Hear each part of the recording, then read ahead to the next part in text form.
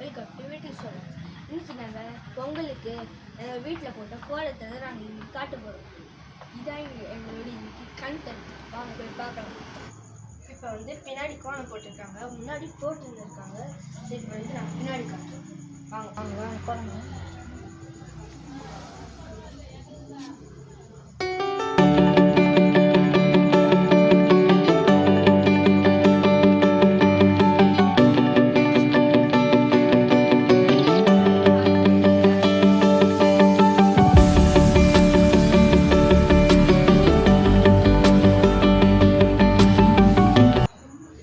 நீங்கள் பின்னாடி கோலம் பார்த்துருப்பீங்க.